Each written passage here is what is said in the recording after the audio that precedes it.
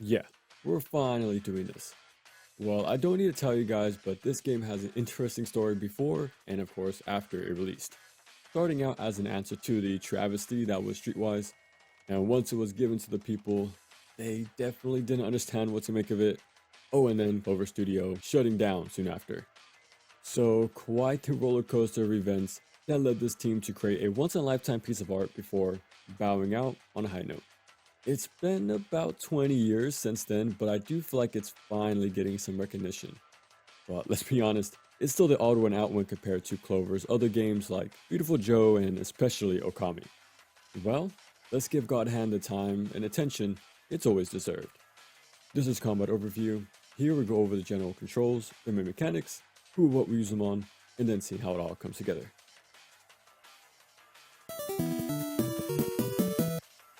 This game has many things going on here, but before we even get into the nitty gritty, gotta master the tank controls, or at least get comfortable with them. Back then it was pretty common for Capcom to use this, especially in Mikami's games, so it wasn't such a strange concept for people to wrap their heads around. Nowadays though, it's definitely jarring, I'm sure. But it's far from bad or unintuitive, it's just different is all, and I like that. Adds a whole extra layer to separate itself from the pack. But I have a feeling that requirement to learn such a different control scheme will scare some off. For now anyways. So just give it time to sink in, because once you get past those initial barriers, you'll get to play a one-of-a-kind game. Okay, with that said, let's begin. We're given this really solid 4-hit combo to start things off, and through upgrades we can extend this to 6 attacks, which can be swapped in and out however we like. But we'll get there soon enough. Now with this combo of ours, its purpose is not to just deal damage, but to build stun. So with each attack we land, we're slowly pushing them to pass a certain threshold, and once you do, they'll become staggered or dizzied. This will leave them completely defenseless, giving us a brief moment to land a guaranteed hit. A few actually, because they'll be left standing there for a good bit. That's not our only follow-up because we're also given this prompt. There's a few different ones actually depending on the positioning. It could be stinger, suplex, or spanking to name a few. Now cool thing is we're given full iframes as these animations play out. Just gotta mash though because you want to deal the most damage possible. You would think it's only circle that counts since that's how we started this whole pummel in the first place, but no, you can and should mash all the face buttons. So be sure to hit each one because the more presses means more damage. Yeah, these are basically all button events from Rising Sun. So even though God Hand doesn't have a traditional grab in the beat 'em up sense, these pummels takes its place. Being this iframe move to single out an enemy, it has a chance to hit nearby crowds as well, and gives us a small break to recollect ourselves. Well, besides Stomp, it's the only one without iframes, and enemies tend to roll out of it pretty easily, so it's not worth the trouble and should be used on rare occasions, and I really do mean rare. There's actually way better follow-up for those floored enemies, but again, we'll get there when we get there. Now enemies won't let you attack for free, because eventually, they'll guard. When they decide to do this depends on a few factors, like the current difficulty and how much pressure you're dishing out. I'm sure it's way more complicated than that. It's God Hand we're talking about after all. But this should be a close enough explanation. Okay, when they're in that defensive stance, you can only land a few hits. Sometimes just one is enough, especially on those higher difficulties, before they parry you and follow up with a counterattack of their own. So this is their way to stop your onslaught and punish your thoughtless smashing. Now how do we avoid that from happening? Well, that's where our guard break comes into play to shatter their defenses, which leaves them wide open for any kind of guaranteed follow-up, similar to when they were dizzied from multiple hits. Now when they're in that vulnerable state, the unique properties of our moves are enhanced, so now they're susceptible to even better launchers, trips, or sendaways, meaning they'll be launched way higher than normal, setting up specific juggles that you couldn't do before, or a kick will now send them flying off like a rocket for some instant crowd control. So yeah, it's really up to you on what you want to do next. You can use this chance to reposition, crowd control, do a longer punish, send him into environment, and so on. Now you don't have to do this, but it's possible to cancel N-lag on those guard breaks with up dodge. It just removes any gaps, as slight as it may be. Very minimal stuff, but it's there if you really want to keep the momentum in your favor. Again, don't stress out about it too much, especially on lower levels, but once we get larger crowds combined with playing on higher difficulties, Yeah, these slight moments of downtime can be all the enemy needs to reverse the odds. With this massive reward for successful guard breaks paired with their seemingly random guards, you might find yourself trying to read or predict their AI on when they'll block your current string. Well, if you keep using guard break and neutral when it wasn't needed, enemies will duck and answer back with a counter attack. Luckily, enemies are deterministic with their follow-ups. So even though their defensive game is slightly unpredictable, the reversals are not. Enemies are very consistent in their behavior and will react the same way when put into specific situations. So doing this will only get you hit or even killed if you keep tossing out this great option when it isn't necessary. Because of that, it's best to use on reaction, not in anticipation. Is what I would have said if up dodge couldn't avoid that counterattack of theirs with ease. But it does. So from my experience, the most optimal and safe way to play this game is to do 1-2, toss out a guard break, cancel that end lag with an up dodge, and repeat. I'm getting ahead of myself right now, but up dodge cancels end lag so fast that we can punch them before their counter comes out. But even if they do have a fast counter, that up dodge canceling end lag allows us to escape anything without consequence, which allows us to avoid the repercussions and stick to this simple but effective game plan. But if they happen to block, then great. We open them up for a massive punish. And since we built the muscle memory to up dodge cancel if it hit or not, we're able to act immediately either way. So no matter what they do or don't do, you'll never lose. Using this sort of flowchart playstyle really does streamline the game to become more about fishing for guard breaks rather than reacting to enemies' defensive options. Don't get me wrong though, you still need to be very knowledgeable on their different attacks, unique behaviors, and how to properly play around a crowd. But once you're in, you're in. Now I don't blame you if you want to avoid simplifying the game in this way, but it's going to be hard not to when this strat works on everyone on every difficulty. From regular Joes to Tiger Joe and even Devil Hand himself. You can't escape the setup. Alright, I'm already talking big picture stuff, touching on a lot of mechanics we haven't looked into yet, so let's get back to the basics again. So by double tapping forward, you'll sprint. Great to move around, of course, create space, reposition, and all that. But we have some dash attacks out of this as well, starting with the kick. Now this one I rarely used, not because it's bad, just never became my go-to dash attack. Probably because of the button placement, maybe, but it is very fast, great to hit one enemy, and gets you in. Now the tackle is my favorite out of the bunch. Hits hard, can send an entire crowd flying, and yeah, super fun to toss out to create some space. And lastly, the slide. This one is more situational, because if you attempt to use this on a standing enemy, or trips in general, there's a chance they'll hop over and counter you, especially on higher difficulties. So instead, I use this on those forward enemies exclusively. Main reason why, because it OTGs. It would be very awkward otherwise if a slide didn't, right? Now cool thing is about the slide, it sort of resets them. So after a send away from a kick or the tackle, they'll get tossed into walls, which, by the way, there's wall splat damage. But yeah, it's a good way to follow up to close the gap on those grounded enemies to stop the recovery, which allows us to set up a combo with those baked in moves. And of course, we can't forget about the weapon pickups. So whenever you see bats or 2x4s lying around, use them. They have longer reach with their light and heavy attack, deal more damage than your basic punches, and from what I can tell, will stun lock most if not all enemies caught in its combo. But these do break after some use, so enjoy them while you can. Also, don't worry about tearing out these lamps, umbrellas, or poles for the first time, because even though you're locked into this animation, you actually have full iframes, so that's pretty nice to know. You can also toss them for massive damage, but it will instantly break the weapon. It's possible to count the amount of hits and then toss it before shattering. And on the bright side, it does mean other enemies can't come along and use it for themselves.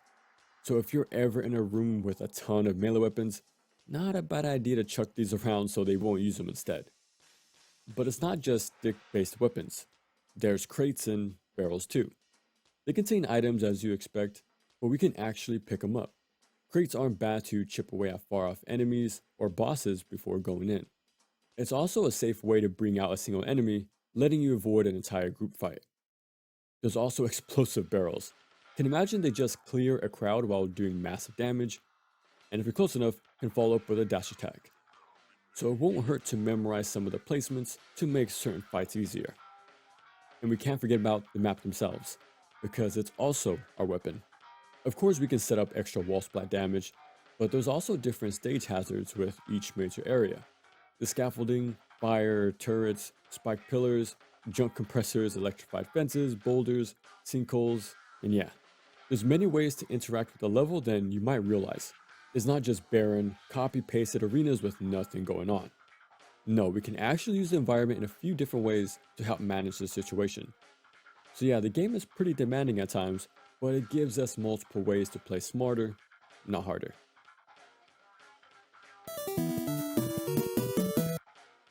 Onto defenses. Now our main evasive options are tied to the right thumbstick. Might seem odd, but with some practice, it's actually really fun to use. So flicking up will do this up dodge. It's very fast, extremely low committal, making it safe to spam. It also keeps you in the fight, which is great. And since most attacks in this game are high anyways, yeah, it's a de facto go-to pick 9 times out of 10. So you'll just bob and weave in place with the lowered hitbox, just effortlessly avoiding most attacks in this game until you decide to stop. No timing required. It's kinda nuts. But here's the thing, your bottom half is still vulnerable. So it's weak to the rare low attacks, but grabs are the one that'll get you the most for relying on this up dodge a little too much. So you're gonna have to read grab startups.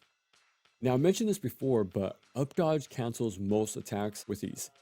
It could be done on hit, whiff, startup, or even during the animation. So cancels are very lenient in this game and lead to some wild strategies like we went over earlier. And while with this in mind, we can also do those high side kick loops.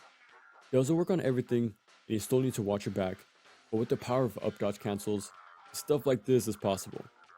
Requires a bit of rhythm to pull off, so there's a timing element you need to pick up on, but it's a very strong tool to have once you do. I never used it personally, just found the Big Ten moves way more fun to use, but hey, there's nothing wrong about using the game's mechanics and the level design to your advantage, so have at it. Next are the side steps by flicking either left or right. This also cancels moves, but it won't be used nearly as much. Well, nothing will. But yeah, this is your go-to option when enemies do rushing attacks or to avoid their projectiles. Far range moves, pretty much. Now trying to use this on any other move won't work so well. And that's because there's some strong tracking here, which means there's a right and wrong way to use these options and when. So doing anything other than the correct evade will get you hit. But once you memorize their tiles and figure out the right answer, which is the up dodge most times, you've honestly solved the game. And lastly, flicking down will do a backflip. It's great to create space between myself and these forming crowds, so it'll let me get a better view of the situation to see what to do next. It cancels attacks all the same for split-second reactions, has iframes for the entire duration of the animation, making it the go-to pick to avoid grabs, lows, and big AoE attacks like slams or explosions. And don't worry, you won't get hit for correctly using defensive options like a certain game. Yeah, I'm still hung up on this. But it has some downsides. It has more end lag compared to the other options. It takes you away from the fight, which is the worst offender, especially in a 1v1 fight. Now I know as a beginner it's easy to fall back on this whenever things get dicey.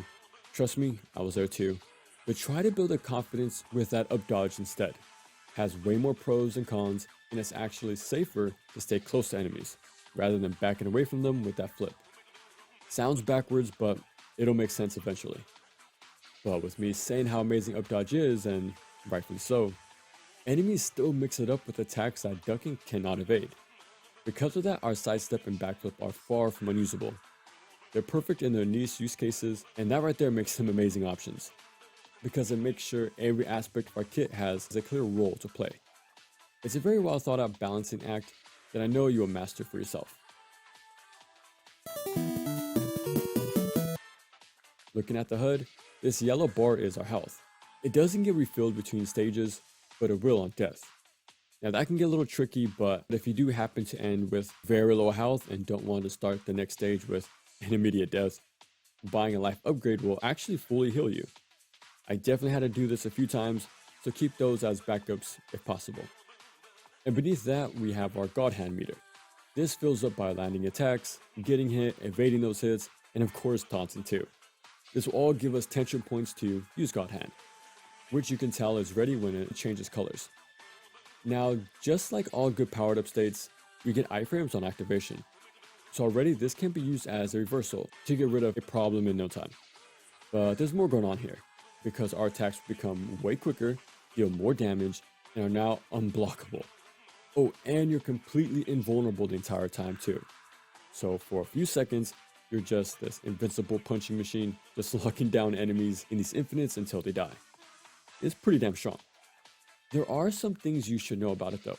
It runs for a set amount of time, and you cannot end it any sooner, so you better make it count.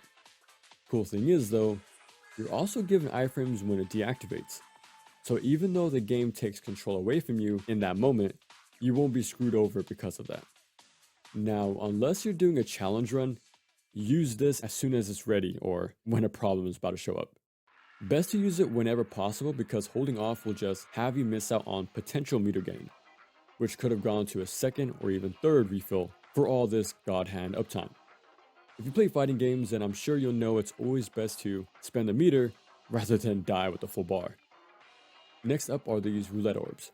So by pressing R1, we'll lock onto an enemy. Now as you can tell, time slows down while you scroll through this reel. But you're not invulnerable as you're making a decision. You will once you choose something, not before though, so be quick. And if you linger too long, trying to make up your mind, the game will automatically use whatever you hovered on when the timer ended. So it's probably a good idea to know what you want in advance. Now each of these moves cost between 1 or 3 orbs, and they vary too on what they can do.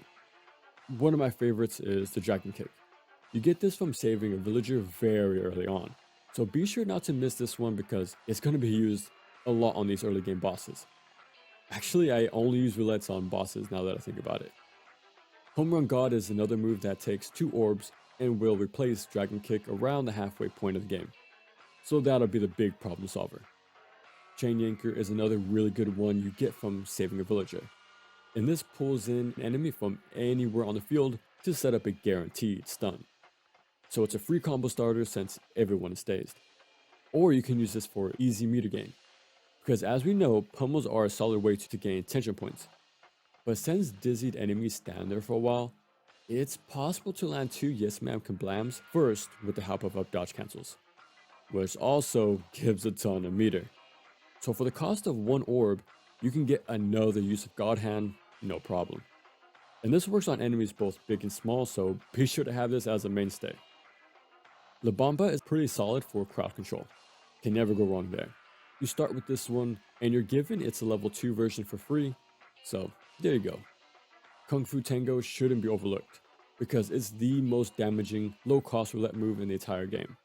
Shows up pretty late, but it's a free win against elites, and not half bad against bosses either. And lastly, Shaolin Blast. This can decimate entire rooms. Pretty expensive, and shows up way later down the line, but it's money well spent if you decide to get it. It's time for the star of the show, the dynamic difficulty. Depending on your actions, this will fluctuate anywhere between level 1 to level die. So things will start out easy enough. Enemies on the lower end will be passive, not very in your face, they're slower to act, not as ready to counter your mistakes, and just pretty simple overall, giving you more than enough time to react to either their attacks or when they guard. But as we increase this level, which is done by playing well, or taunting is another way too, as you'd expect it pulls aggro within a certain range, so it can help single out an enemy to avoid risky fights against crowds. Just know they'll run towards you ready to fight, but at least it's just a 1v1. Now the best and quickest way to build this is by evading attacks, especially with up dodges. And the fact you'll be doing multiple of them, yeah, it starts to snowball. So as you climb the difficulties, things get more intense. Enemies are more aggressive, the animations are quicker, so moments to counter hit become stricter. They get new moves, the end lag is also shortened, making them harder to punish. They're more likely to counterattack, and they're no longer affected by launchers, trips, or sendaways to neutral. So you must counter hit, dizzy, or guard break to get anything started. And when grouped up, they are more likely to cover each other's bases. So yeah, you really have to earn those openings. Now it doesn't stay like this forever, because again, it's dynamic. If things start to get overwhelming where you take a lot of hits or even die, then it'll drop down a level or two. So this adaptive difficulty will keep you on your toes to match your skill, but it will also ease things up if needed. And you wanna know something? It's actually not unique to God Hand. It was implemented in Mikami's previous game, Resident Evil 4. It wasn't as prominent or constantly shown to the player, but it still played a massive part of that game, even if it was a more behind the scenes sort of thing. But even before that, Ghouls and Ghosts on Arcade had dynamic difficulty too. And the manual is called Computer Aided Difficulty Adjustment. Doesn't sound as cool. But yeah, the game would get harder bit by bit the further you went on with One Life. But if you died, then it'll readjust for that. So this is nothing new for Capcom games, but it's always interesting to learn about. To know a game is actively reacting and tweaking all sorts of things entirely based on your actions. Alright, to bring it back to God Hand, depending on which level you maintain and play on the most, you'll build a multiplier with each enemy you defeat while in a specific difficulty. So if you're able to consistently play on those higher levels, you'll be heavily rewarded for it. It nails that same feedback loop we saw in DMC, where we want to reach that highest rank, but most importantly, keep it. But in order to do that, we need to play efficiently, so don't get hit, which requires vast enemy knowledge, then how to get rid of them properly, especially in a group, and do all that within a certain time limit too. So this sort of visual on screen pushes players towards mastering every aspect of the game. We might not notice this at first, because all we're worried about is keeping our Mr. Cool Guy badge on screen the entire fight, but hey, I think it got the job done. And with all that money we're given for playing well, we get to spend it in the shop. And similar to the Kunio-kun games, you can buy food to get permanent upgrades. So there's some minor stat stuff going on, but nothing too crazy. Either increase your life, get a longer attention gauge, or get extra lit orbs. And of course we can buy new moves. At first it's just a few, but after completing certain stages, the shop will update with even more new moves. Some being outright better versions of past ones. Because if you notice, every attack has their own damage stat. Yeah, older moves do get outclassed eventually, which pushes you to snag those later ones, going from guard break 1 to 3, or charge punch 1 to 3, and so on. The utility is still the same, but you can't pass up on more damage. So be sure to snag the better version of your favorite moves as soon as you can. Like I said though, they roll out quite a few more options. So one way or another, we're going to make our own move list, because this attack might catch your eye, or you want to have this thing moveset, and so on. But there's over 100 techniques, so it makes sense why they want to ease you into things before opening up the floodgates. Now I know it's very overwhelming having to see all these moves and figure out what works for you, but that's where the practice room comes in clutch. You get to try out all these moves at your own pace to get a feel for things. Yeah, they just give you access to a ton of them to try before you buy, sort of thing. Or better yet, refunds. So if you change your mind or just have stuff you don't care to use anymore, you can just sell them back. So now we can put that towards getting better versions or some meter upgrades and all that. But if you still find yourself strapped for cash, then visit the arena. And this place has quite a few challenges to take on. It will set the difficulty anywhere between level 1 to level die. We'll have pre-built groupings, and we'll even adjust how much resources you have. Could have low health, full health, no roulette orbs, maybe a few, full TP, and you name it. So it's always different in slight ways to give you this new challenge. And they're just fun to do as well, so don't skip out on these. Now once we have all these moves, I'm sure two things will happen. One, you want to buy extra slots for that basic combo to fill with your new techniques. Now this I didn't do. That's because it jumbles attacks together that don't mesh well. So it gets made up of okay moves. But if it's kept at the default 4, you can front load your combo with all the best stuff. Because if I filled it with all these random moves, it might start fine enough that it'll fizzle out by the end, when I could have just looped into my best stuff again a lot earlier. And these shorter combos also makes being a God Hand way more effective, since you're only tossing out your best moves at all times. Plus you rarely see those longer combos anyways, since enemies will either guard, or you will have to reposition because crowd is coming your way. and this only gets more wild as you climb the difficulty levels, right? So to me, longer strings are just messy and bloated. And I'll never stop bringing this up, but it's not about how many moves you have, but what we can do with just a few. Quality over quantity always makes for a better action game.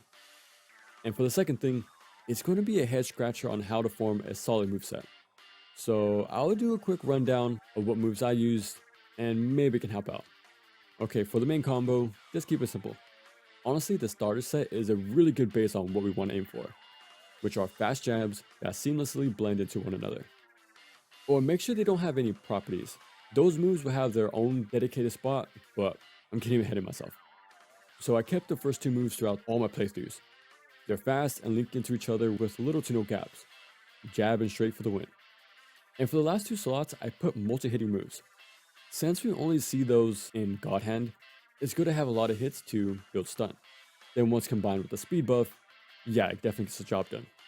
So I end with chin music, then I put Sugar Gene as my ender once it's available, but once Floating Butterfly and Stinging Bee are added, those two will create the back half of my combo for the remainder of the game. Now for the face buttons, that's where those situational attacks with unique properties will go. Immediately, put Guard Break on Triangle. You're going to be using this a lot, so it's not a bad idea to have it on a face button to remove any possible misinputs. And since I'm used to launchers being back plus an attack from DMC, I moved Charge Punch to Back Triangle, which I also kept for the entire game, just buying its direct upgrade. It's just a well-rounded move with quick startup, short recovery, and has solid range. You really can't go wrong with it. I left High Side Kick on X to send enemies away in an instant when staggered. On back X, I had Yes Ma'am Kablam. Up until Azul, where I'll swap it out for Stomping Fist. This is my boss fight button, pretty much. So you'll see it come up a few times when we go over those. And lastly, I used Hand Plank Kick to launch. It's pretty damn good. Since you low profile with this move, it's perfect to use right after an up dodge. That's because you're chaining low hurt boxes and instantly punishing whatever you're fighting, setting up a guaranteed follow-up with those picked-in moves. If you don't want to use Hand Plank Kick, I do think anything with Evade High Attack should be good to have, because again, most attacks in this game are highs. Now, as much as I'd recommend this setup, it also goes against a major highlight that makes GODHAND what it is, and it's the customization. So don't take the setup as gospel. This game allows you to make your own personalized move list, so have fun with it. But there is some stuff we cannot change, and that's fixed techniques or free moves. So hidden in the manual, which I definitely have on hand, will tell us about a few moves we can do in specific situations. These attacks are available to us at all times. As soon as the game starts, you can use them. In the right context, of course.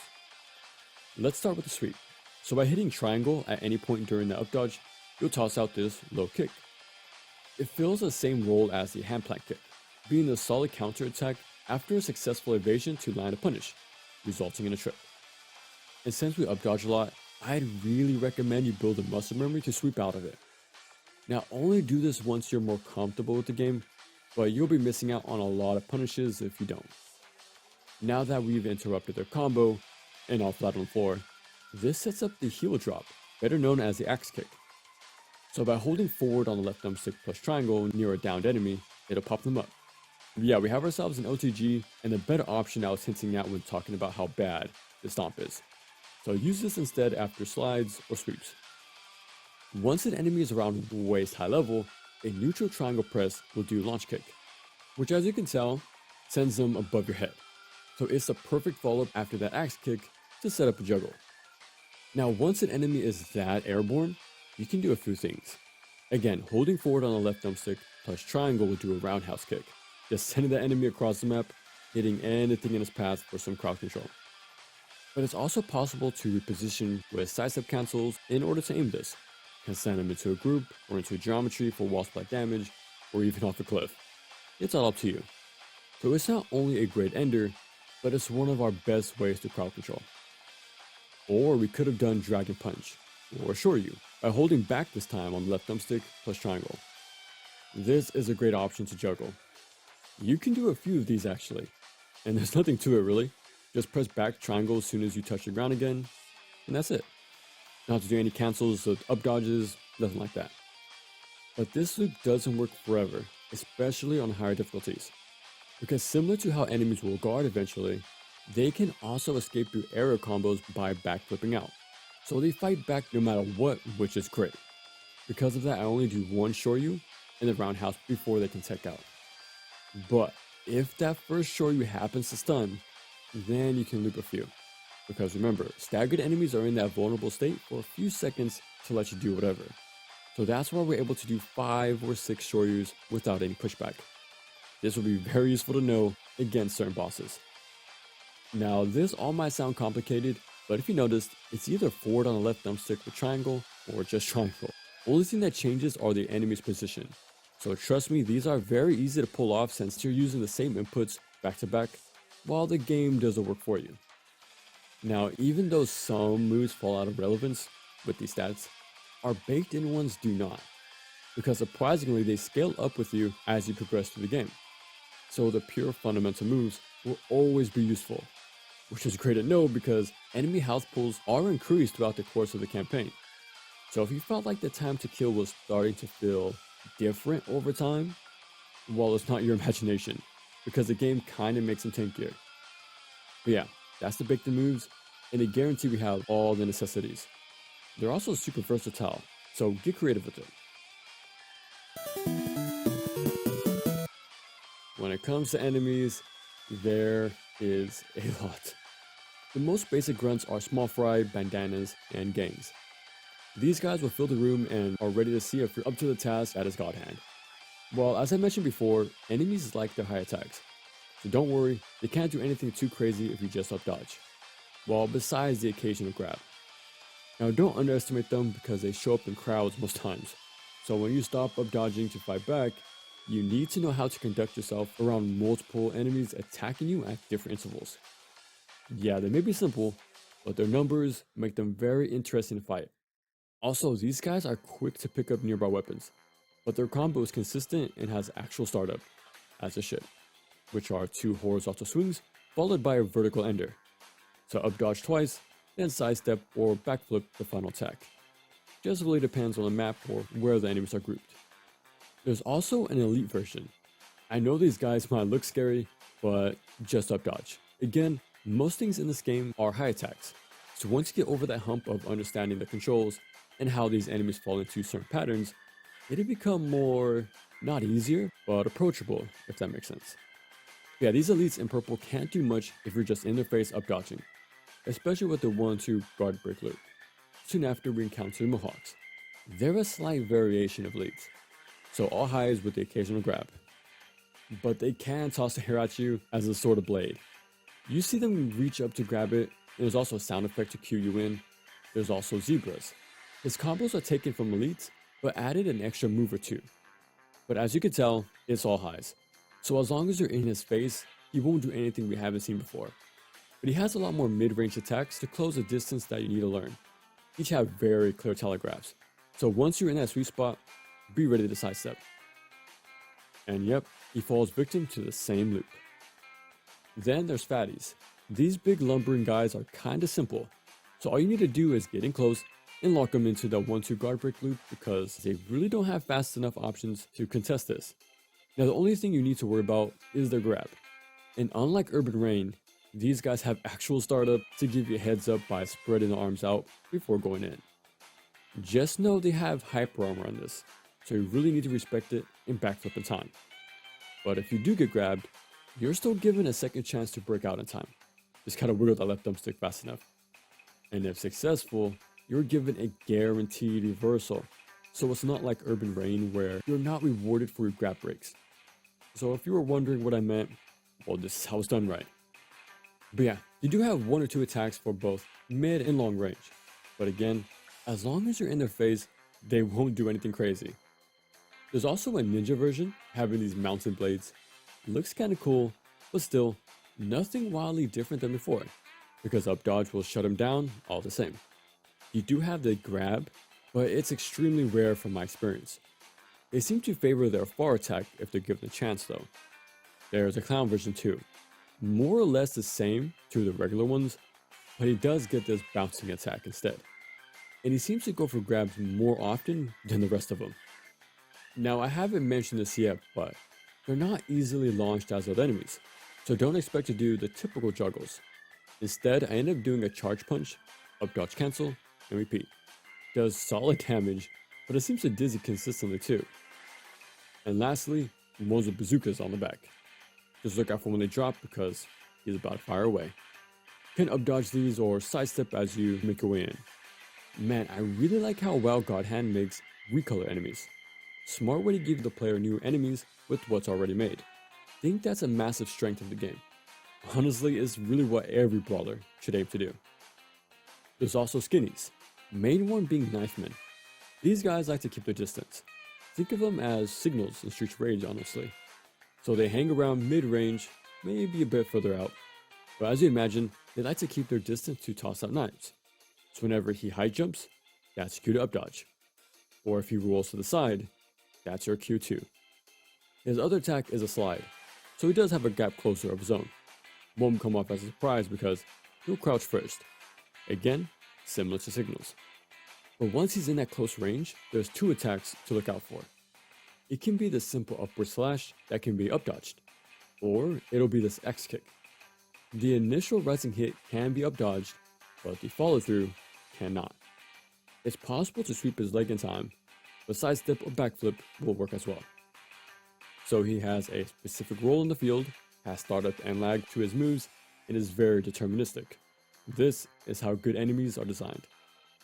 There's also an elite version with these long blades. He can lunge forward, do a rising strike, or this multi-hit combo. And yeah, they're easily avoided with the tried and true up dodge. So he might seem hard to approach since he has both range and speed, but he'll make his way in sooner or later if we just keep ducking. We also go toe to toe with the ladies. Now instead of punches, they tend to use kicks, so they're extra weak to sweeps. They also seem to grab way more often than any other enemy, so just keep an eye out for that because some of these cannot be teched.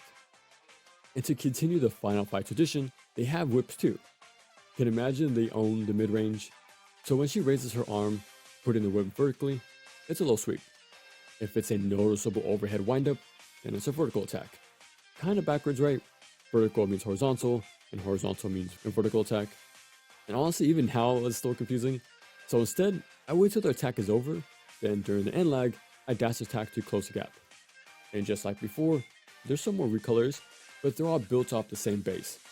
So they do similar attacks, but will have that one or two changes of their own to make them different.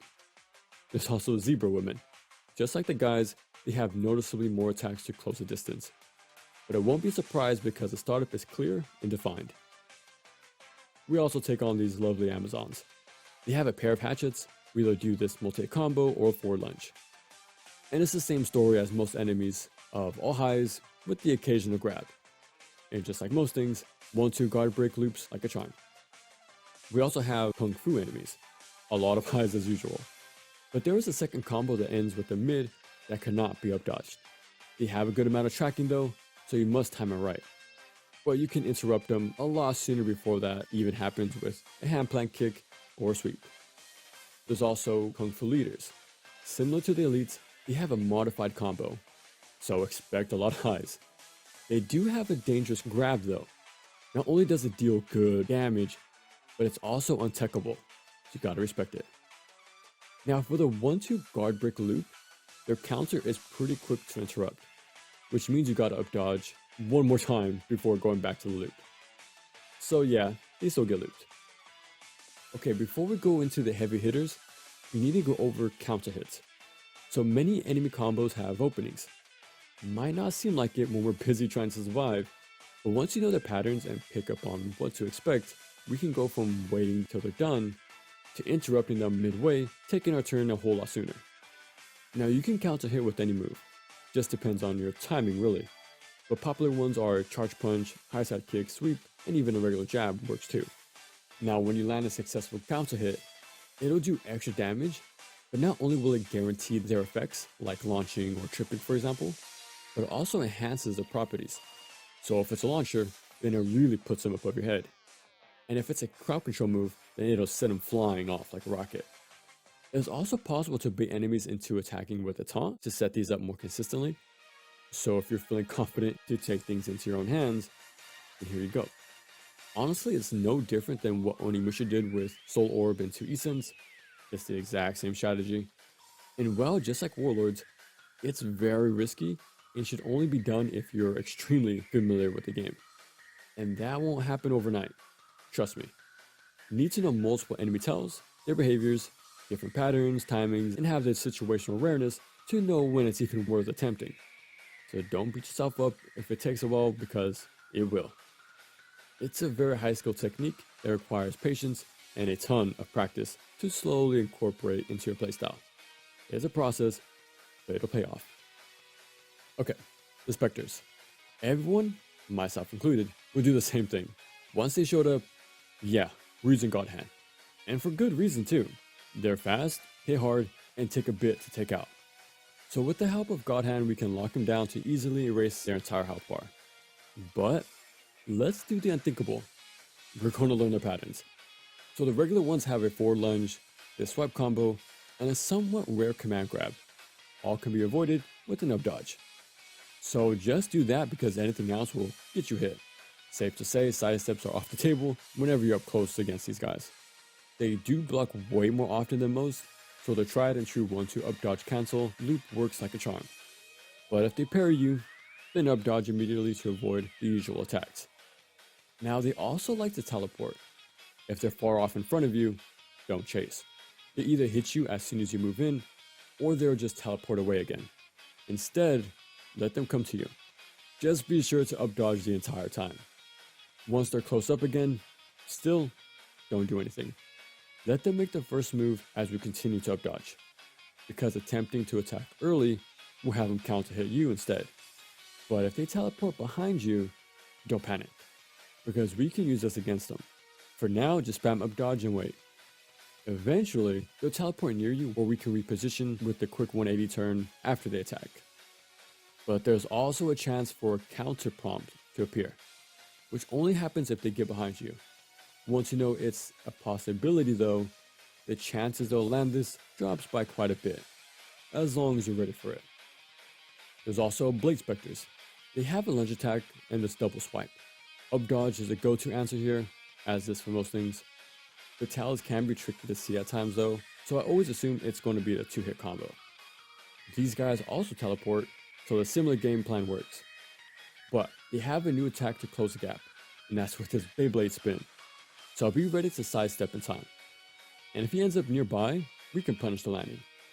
They also have a sort of side switch attack, but again, up dodge, up dodge, up dodge.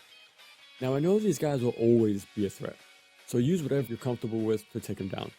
You can fight them head on, use God Hand, or use roulette moves, which is exactly what I do against the Needle Spectres. They can be up dodged, since those spikes cover them entirely, hitting you if you duck or sidestep. So they can only be backflipped, but their startup is too fast for me to react most times, which means, yeah, I get rid of those things any way I can. And lastly, Trident Spectres. Punch, wait for any movement, duck once, then sweep. That's all you need to do. And since they don't teleport away, you can just keep this up. Once they're dazed, don't pummel. That forces them to drop the weapon, which also means we can no longer keep up this easy loop. But yeah, hopefully stuff like this goes to show that this game isn't as intimidating as it might seem. So with a little bit of knowledge and some practice, you'll have an amazing time. Now before we get into the bosses, we need to talk about the one and only Tiger Joe. We only see him twice in the entire game, but he's going to make a lasting impression. Wanna know something crazy? Just up dodge. No, I'm serious. He falls in line with every enemy having mostly high attacks. So if we stay close and never let up, we're given more chances to safely attack compared to nervously backflipping away. So when you're ducking, use any of those evade high attacks like the bacon sweep or hand plat kick.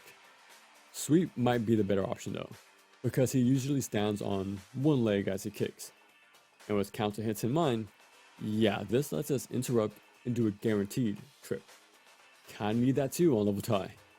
Now once an enemy is floored, we usually go for the axe kick, but he has a high chance to evade it. But if we use Stomping Fist instead, it'll actually OTG. I do delay this a tad bit, so don't toss this out as soon as you trip him. But yeah, once he's launched, I just jab away until he air attacks out. Once he does, I get in close to do the 1-2 guard break loop. Now he counters with a fast Shoryu that we can't snuff out in time. So just up dodge twice before attacking again. Now since he's in a bit of an lag, I punish with Stomping Fist. He won't be launched since he's standing, but allows us to land a few hits. Don't go overboard because he'll guard, and we don't want him to stop our pressure. So instead, I'll guard break in neutral as soon as I can to bait out that Shoryu once again. Which, yep, sets up a loop. Keep this up until he's dizzied. Can do high side kick wall loops, can do Shoryu loops, or just do the pummel. It's really up to you. So yeah, he might look dangerous and have quite a reputation, but he's a pushover if you keep up the aggression. And if you don't use anything besides your regular attacks, you even get a unique quote for that, which is pretty cool. But there's no shame in using all your tools at your disposal because you might as well be a boss. Speaking of which, on to the first one. Mr. Gold and Mr. Silver, the dangerous duo. This will be one of your first major roadblocks. And that's because they test you on the fundamentals of GODHAND, knowing when to attack, how to dodge, and most importantly, how to fight more than one enemy. Soon as they drop in, pop GODHAND. You will instantly stun lock one, dealing solid damage. Just keep this up until it ends. Now you can chase them down to use Dragon Kick, but you can't wait until they combine to set this up even easier. Yeah, I mentioned this earlier, but Dragon Kick is the best roulette attack to have early game. So try your best to get it because you're going to hear it a few times. Now that it's a 1v1, things should be easier now. But if you need the help, you can always toss those crates for extra damage and hope for some good drops while you're at it. Now, if you don't have the resources, let's go over the moves real quick. If you're up close, here's something I want you to notice. So this is the regular combo, right? Doesn't this look familiar? Well, that's because it's the same combo we've seen not too long ago. Mid-range, he'll do a butt bump, which again, we saw this on the way here. And if you're really far, he'll dive kick. So be ready to sidestep. And hey, we also saw this leading up to this fight. So yeah, this game does something very smart, because if you pay close enough attention, you notice how the game will prep us for the upcoming boss fight. So it's cool we can go into this major fight with some prior knowledge on how to deal with certain attacks. Only other action game that put that same effort was Kingdom Hearts 2. This sort of thing is rarely seen, but it's a very smart way to design enemies and bosses. Alvis 1. If you have it, pop GODHAND and go to town. Get solid damage, it will set up a pummel for even more. And then of course Dragon Kick to really start things off in your favor. What? You still need to clear the rest of his health. So I just treat him as the regular big enemies. 1-2 guard break loop until he acts. Can be a hyper armor grab that you have to backflip. He will try to catch you off guard with this high jump, which lands pretty soon after, so be ready to backflip as well. And if he does the crane stance, be quick to sidestep because he's about to fly towards you. But yeah, keep it up until you either get enough meter to use GODHAND again, or until he dizzies. Either way, it's going to be big damage. For Alvis 2, you can start things off the same way as before. To me, this fight is another small checkup to see if you're understanding the mechanics a bit more since last time. And since it's more or less the same fight, we get to see for ourselves just how much we've grown since the last encounter. For Alvis 3, now we fight his true form. Looks pretty awesome, that's for sure, but this fight is extremely simple. Just land a few punches, then backflip. That's basically it. He'll stomp, slam, sweep, and do some close-up fire. We even get to see the high jump again. All of these are avoidable with backflip. Well, it's the only way to dodge them, pretty much. He also has constant hyper armor and never blocks. So just mash away and flip on reaction. Kinda do this till you build enough meter or until he dizzies like before. Oh, whenever he topples over waiting to be pummeled, go ahead and land a single yes ma'am kablam. Speaking of that, if you really want to get rid of any boss, use Chain Yank. It interrupts, has amazing range, and sets up a guaranteed stun. There's also this giant enemy crane. Not sure if it's a boss or not, or maybe just a glorified states hazard, but it has a health bar, so it must mean business. Well, do not use your fist on this thing. It'll just do chip damage. Instead, let's use the environment. So tear out a light pole, or grab an explosive barrel. Toss and swing away until those two arms are gone for good. The 3 Evil Stooges. This is an endurance fight. And that's because we don't just fight one boss, not 2, but 3 back to back. So Felix is up first. He has a bull rush attack, he'll turn red, siren goes off, and his horns grow too. So trust me, you won't be blindsided by this unless you're mastering. Speaking of which, the 1-2 guard break loop works as well. He gets locked down the most because he's slow, is a big target, and can hardly get away from you. So compete until he attacks, which rarely happens, or until he guard break. And like I mentioned before, with heavier enemies, do the charge punch cancel loops. The next is Bruce. This guy is basically the knife man. Has a vertical slice we can up dodge, and he also has the same axe kick combo. But he does spit poison, can toss the boomerang, which does fly back, so watch your head, and will even sweep you, usually twice. And those sweeps are pretty tricky too, so you need to space yourself in anticipation. So it's not a good idea to up dodge without worry. And the 1-2 guard break loop isn't guaranteed against this guy, and that's because he's way more evasive, always backflipping. But if he's against the wall, then he's stuck in the blender. And lastly, Conchita. Use whatever you can to finish things up.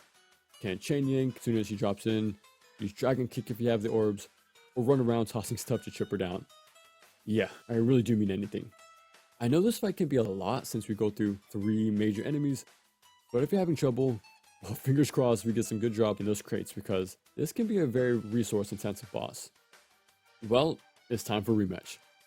Now this can be tricky because it's basically the trio fight from Symphony of the Night, which means we're going to have to deal with all 3 of them at once now. And they do a good job of covering each other's openings. Because of that, I'd highly recommend using GODHAND as soon as possible. Best to weed them out before things really get out of control. So as soon as the fight begins, sprints ahead, Felix and Bruce will drop down, we'll kind of shuffle a bit, which gives us the perfect chance to set up GODHAND or Dragon Kick. Well, that move does start to fall off at this point of the game, so it's not the boss killer once we reach the halfway point. And just like last time, I relied on my power-ups and those random drops. I wish I was a bit more helpful other than that, but these guys are tough without them. Was for me anyways. So, we do what we must. Gorilla Mask. Feel like I'm repeating myself too much, but yeah. If you have it, use GODHAND to start things off so you can spend the rest of the fight getting a second use. Alright, it's a big body boss, so you know what that means. Approach him the same way as we did the big guys. Do the classic loop until he acts. He has the same hyper armor though, so you really need to be on point with your backflips because the startup is very fast. Now even though it's untechable, we're able to escape the body slam with a random prompt. He will also do a spinning lariat, and since it's a high, use a sweep or any evade high attack to stop that. And if he does a little hop, be ready to avoid a dive kick. Now once you get him to half health, he'll do a little dance that summons someone to give him bananas, which does heal him.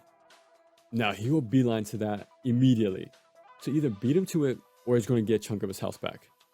To make things a whole lot simpler, just use chain yank. It'll pull him in, and most importantly, stun. You can use this time to get the health for yourself, set up the yes man kablam cancels, or just go for the gorilla suplex. All 3 are fine. The Mad Midget 5. These guys are a handful. Because of their height, our up dodge doesn't work anymore, so we can't rely on that. There's also way more enemies charging you down than before. Now it's our turn to be in the blender. So with our fast movement, large numbers, and short hitboxes, it can be a very weird fight. But here's what you can do. As soon as the fight starts, just wait. A few of them will immediately rush you down. Just be ready to backflip once, because while they're in end lag, we could punish with La Bamba. This is their hard counter. It has a perfect range to stop this approaching crowd, and it'll put him in the right spot for us to loop quite a lot of short use. And if we're lucky, the other ones will walk right into it. It only costs 1 orb too, so this is worth using constantly if you can, because it guarantees a good amount of damage. You do fight him a second time, but it's the same strategy. Just remember to equip La Bamba 2 though to do even more damage. Now to fight another major boss, Shannon. Her first fight is very straightforward. You want to get in close and never leave. Well, that's true for most things, but especially here. That's because she'll shoot out some projectiles. Hard hitting ones too. Okay, so it's a good idea to keep close just doing the 1-2 guard break.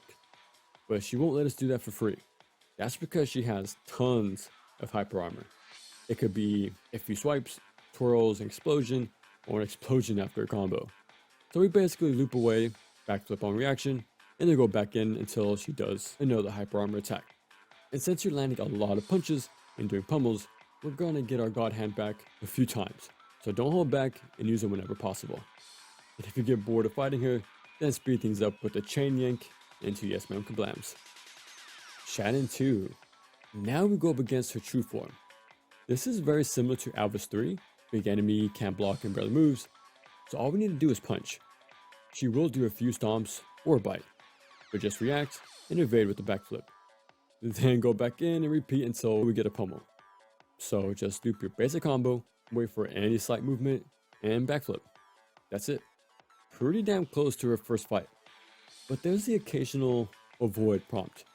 Just mentally prep for that. You'll get behind her to deal big damage and set up an easy stun all in one go. Oh, and similar to Alvis 3, when she topples over, you can land one Yes Man Kablam before doing the pummel. Super straightforward fight, and maybe one of the easiest in the game. This boss is pretty interesting because as the fight goes on, he'll swap pieces in and out like it's an action figure. So he'll come back with different weapons to use on us that change up his attacks. Cool concept, but we don't get to see it much. Because as soon as we're in his bubble, he'll only do this blast attack after raising his arm. And when that happens, just sidestep. But if he puts up two hands, then you need a backflip instead. We can easily bait this out over and over again as long as you stay on top of him. He also has constant hyper armor. So similar to most bosses, just keep this up until he staggers and pummel away.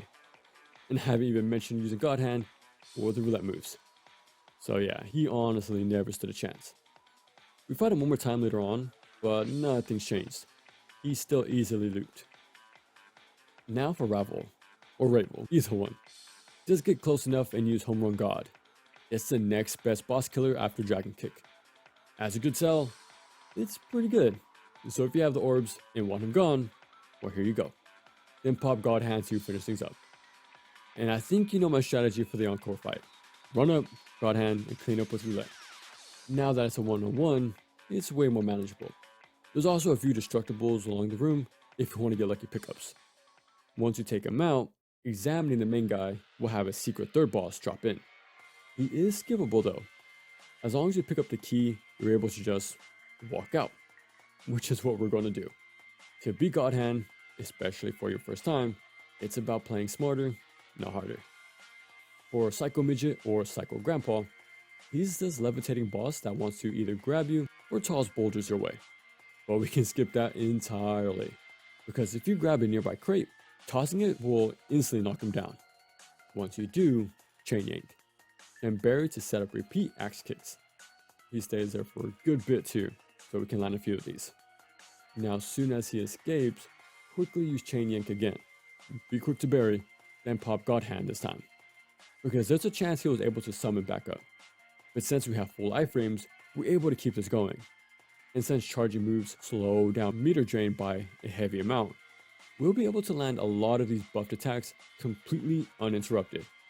Now if you don't have the resources to do this, then you have to deal with the two guys he summons, all while trying your best to avoid those projectiles. But try to plan ahead. Now for the Great Sensei. This guy is a big roadblock right before the final stretch of the game. He was for me at the time, that's for sure. That's because he's fast, hits really hard, and has way more range than you do. And who else has a katana? Yeah, the lesser senseis. Again, it's very subtle, but the game is constantly teaching us about an upcoming fight. It's just up to us to connect the dots. Now, as much as I give him props for their synergy between enemy and boss design, I can imagine this was done because of lack of time or budget. They only had a year to make this, right? So it's a situation of, we better make everything count. Which they did in spades.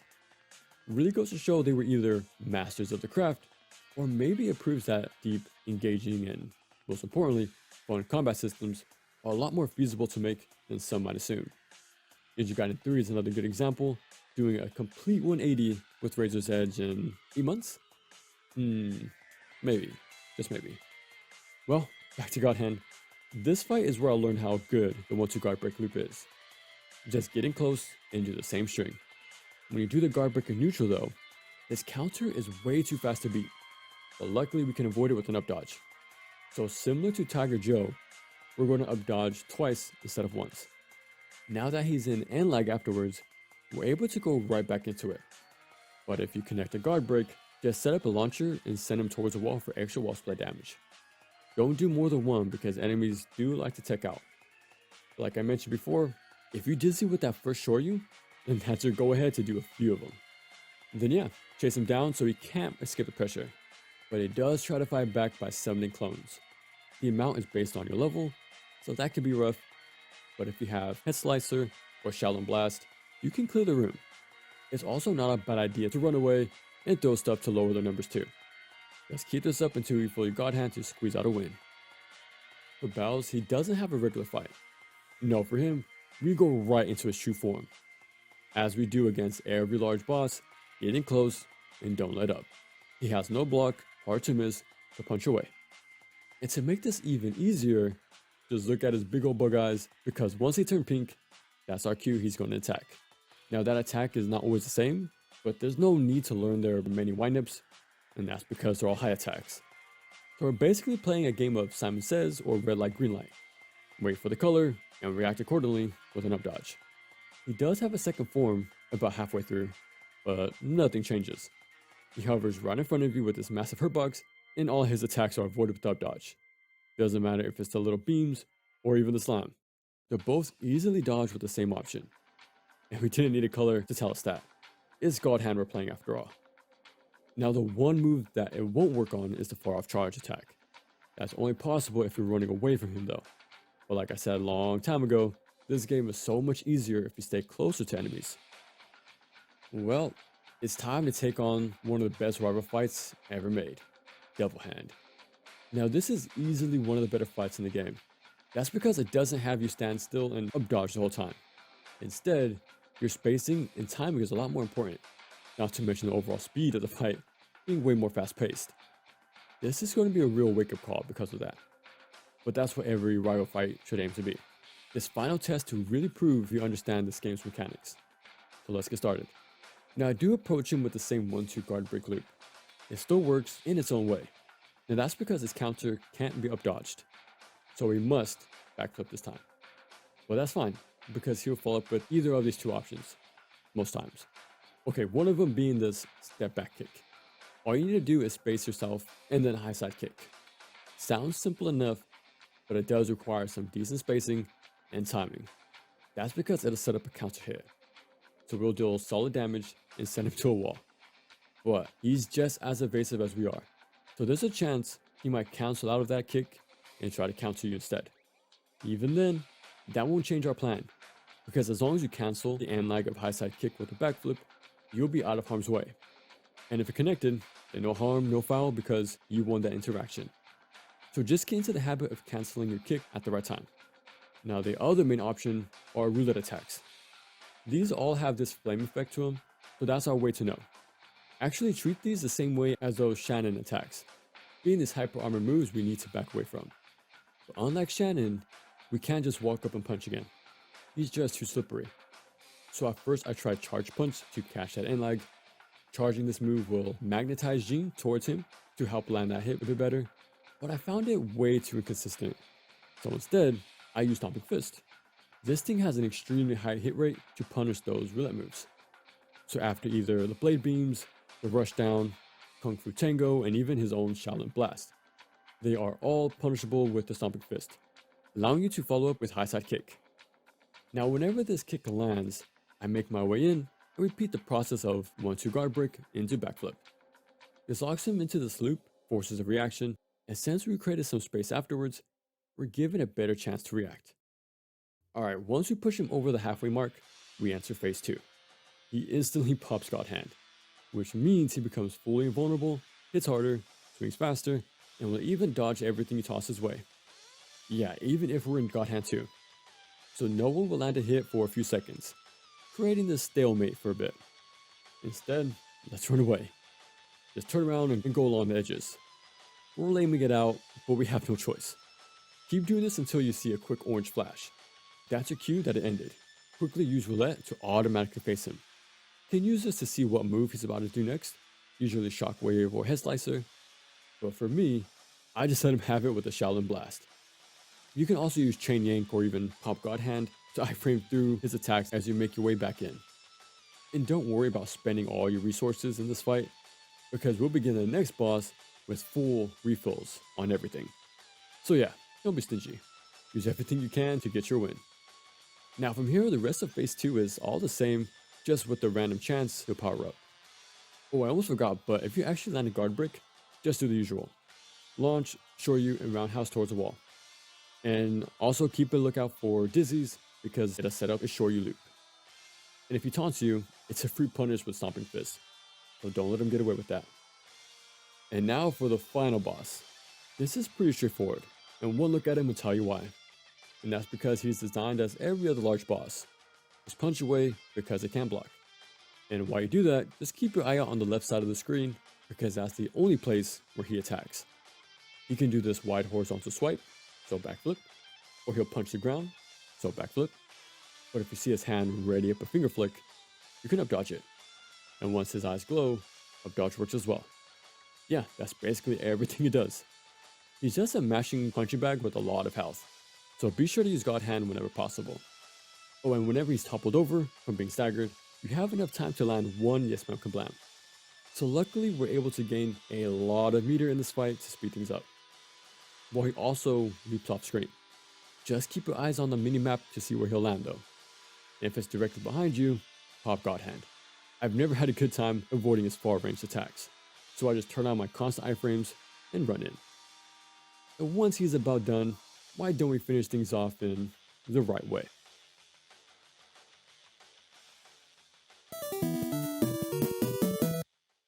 And that's God Hand.